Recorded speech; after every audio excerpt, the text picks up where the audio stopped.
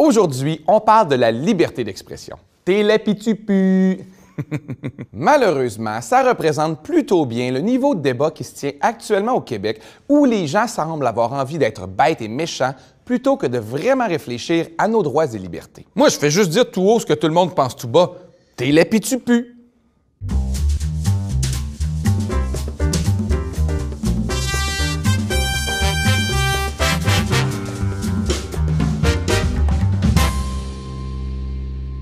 L'article 2 de la Charte canadienne des droits et libertés garantit à tous les citoyens le droit à la liberté d'expression. Les citoyens sont donc protégés contre les actions du gouvernement qui pourraient brimer ce droit. Ce qui veut dire que la liberté d'expression, ce n'est pas un droit qui t'assure que tes propos ne seront jamais critiqués ou ne créeront jamais de controverse, mais un droit qui t'assure que le gouvernement t'empêchera pas de les dire et que tu n'iras pas en prison, contrairement à lui. Fait que si chaque fois que tu dis quelque chose, il y a 2 ou 3 personnes de fâchées sur Internet, reviens-en, ça s'appelle la vie en société. La liberté d'expression est surtout un droit fondamental et fait partie des fondements d'une démocratie. On juge que la société dans son ensemble se porte mieux si toutes les idées peuvent être débattues. Même les idées niaiseuses. Surtout les idées niaiseuses. Parce que si on n'en parle pas et qu'on en fait des tabous, ces idées pourront jamais être réfutées. Elles risquent alors de se répandre et de devenir encore plus populaires. En gros, les gens vont continuer de les dire, mais tout pas. Et c'est là que quelqu'un va arriver et exprimer toutes ces frustrations-là, et les gens vont dire enfin quelqu'un qui a le courage de dire tout haut ce que tout le monde pense tout bas. Parce qu'on s'entend, ça en prend du courage pour dire ce que tout le monde pense. Par contre, il y a des limites à la liberté d'expression. Si par exemple, un tort sérieux et immédiat peut être causé à quelqu'un, crier qu'il y a un feu dans un théâtre quand ce n'est pas le cas et créer un état de panique menant à plusieurs blessés, c'est illégal. Mais crier qu'on se fait envahir par les musulmans, est-ce que c'est illégal, ça?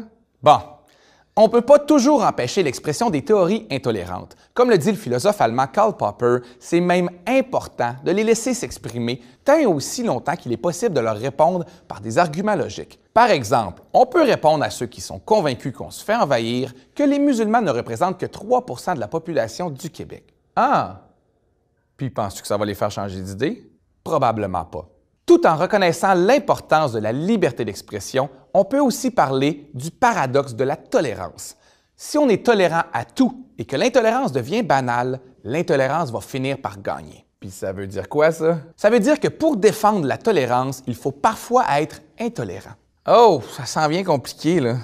Je sais, c'est ça le principe d'un paradoxe. Mais il faut quand même savoir faire la différence entre les propos haineux, qui sont illégaux, et les propos offensants, qui peuvent nous fâcher ou nous indigner. Ah, comme les spectacles de Peter McLeod et de Guy Nantel? Exactement. Sauf que là, il y a une question de contexte. Je pense que c'était du 2e degré, voire même du 3e degré. Oh, c'est quoi du 3e degré? Je pense que c'est quand ta blague est drôle, mais à une autre époque. Ah! J'ai ri, mais je suis pas sûr de savoir pourquoi. Comme les gens dans un spectacle de Guy Nantel. Mais ça nous amène à nous questionner. Par exemple, est-ce qu'il est acceptable d'utiliser la force, voire la violence, pour combattre l'intolérance? Prenons l'expression « punch un nazi » ou en français « frapper un nazi ». Attends, là, si t'es le moindrement sur Internet, tu sais que tout le monde se fait traiter de nazi en ce moment. T'as raison, le mot nazi, c'est comme la coriandre dans un plat, faut pas en abuser. Mais on parle ici de militants d'extrême droite américains ouvertement racistes, comme celui-ci. Fait qu'on peut-tu les frapper, les racistes? Plutôt que d'y répondre, je poserai une autre question. Est-ce que c'est efficace? Est-ce que la violence est une bonne façon de combattre une idéologie? Là, arrête avec tes questions, prends position. Qu'est-ce que t'en penses? OK. Non, je ne pense pas que la violence soit une façon efficace de combattre une idéologie. Du moins, on devrait la garder comme dernier recours. Si en général, la violence n'est pas la bonne réponse aux propos haineux, ce n'est pas non plus la bonne réponse aux propos offensants. C'est pour cette raison que je n'ai pas hésité à défendre Guy Nantel lorsqu'il a fait l'objet de menaces de mort. Je l'ai fait ici, ici et ici. Contrairement à ce que prétend Sophie Durocher, qui, à 3 occasions, a souligné qu'aucun humoriste n'avait dénoncé la violence envers Guy Nantel. Cela dit, c'est peut-être juste que Sophie ne me considère pas comme un humoriste, et c'est correct, je ne la considère pas comme une journaliste. Oh! Ah! Liberté d'expression!